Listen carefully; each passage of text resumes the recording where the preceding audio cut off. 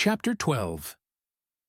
In consequence of an agreement between the sisters, Elizabeth wrote the next morning to their mother, to beg that the carriage might be sent for them in the course of the day.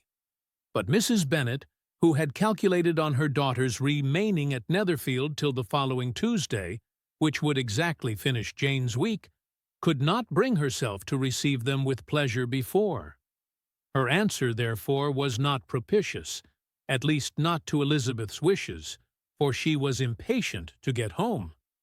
Mrs. Bennet sent them word that they could not possibly have the carriage before Tuesday, and in her postscript it was added that if Mr. Bingley and his sister pressed them to stay longer, she could spare them very well. Against staying longer, however, Elizabeth was positively resolved, nor did she much expect it would be asked, and fearful, on the contrary, as being considered as intruding themselves needlessly long, she urged Jane to borrow Mr. Bingley's carriage immediately, and at length it was settled that their original design of leaving Netherfield that morning should be mentioned, and the request made. The communication excited many professions of concern, and enough was said of wishing them to stay, at least till the following day, to work on Jane. Until the morrow their going was deferred. Miss Bingley was then sorry that she had proposed the delay, for her jealousy and dislike of one sister much exceeded her affection for the other.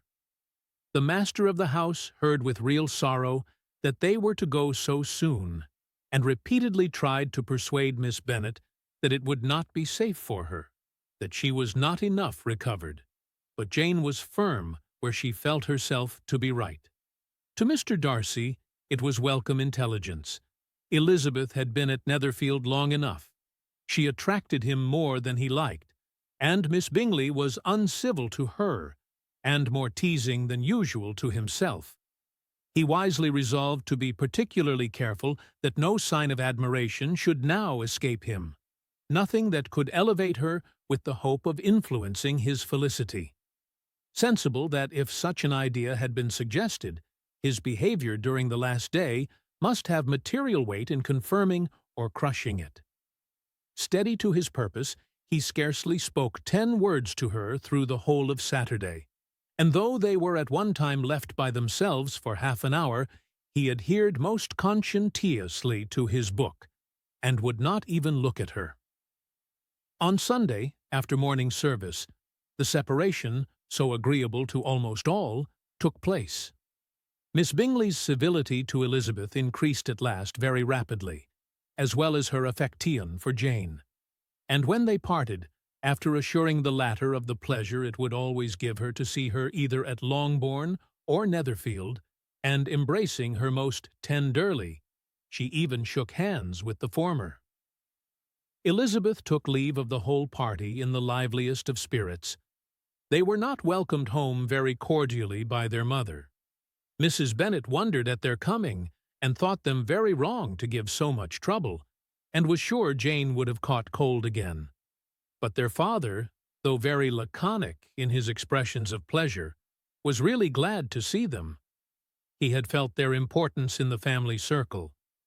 The evening conversation, when they were all assembled, had lost much of its animation, and almost all its sense by the absence of Jane and Elizabeth. They found Mary, as usual, deep in the study of thorough base and human nature, and had some extracts to admire, and some new observations of threadbare morality to listen to. Catherine and Lydia had information for them of a different sort. Much had been done, and much had been said in the regiment since the preceding Wednesday. Several of the officers had dined lately with their uncle, a private had been flogged, and it had actually been hinted that Colonel Forster was going to be married.